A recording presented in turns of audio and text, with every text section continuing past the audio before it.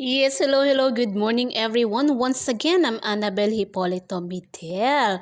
Sa mga hindi pa po subscriber ng aking channel, please subscribe na po and don't forget to click the bell button right there to get you notified every time I upload a new videos.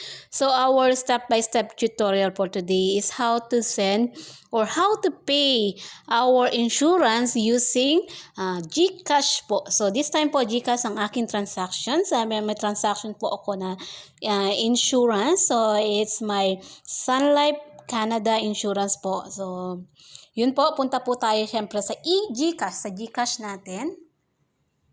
So, click po natin si GCash.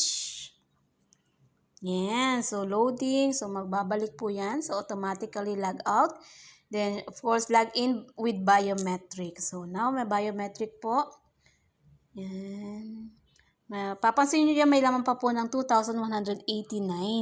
Pero ang babayaran ko po sa Sun Life ngayon is only 2,086 lang pala. Then, punta po tayo kay Pay Bills. Pay Bills po tayo. Then, Utilities, Insurance, Government, Insurance po, from Insurance. So, hanapin po natin dyan si ating Sun Life. Sun Life Canada of Philippines. So, amount is 2,086, 2,086. Then, account number of my policy is 0826635660. Oh, sorry. Dito pala siya. Amount 2,086. Then, dito pala na mali. 08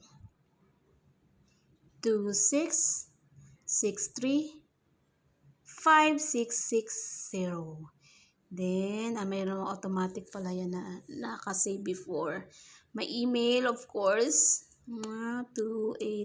Then, yan po. And next po natin. 2,086. Then, automatic naman po yan. Then, click confirm lang po natin. 2,086.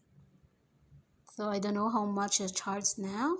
So, may charge po. Wow! There's no fee for now. So, automatic po. Using for GCash. Yan.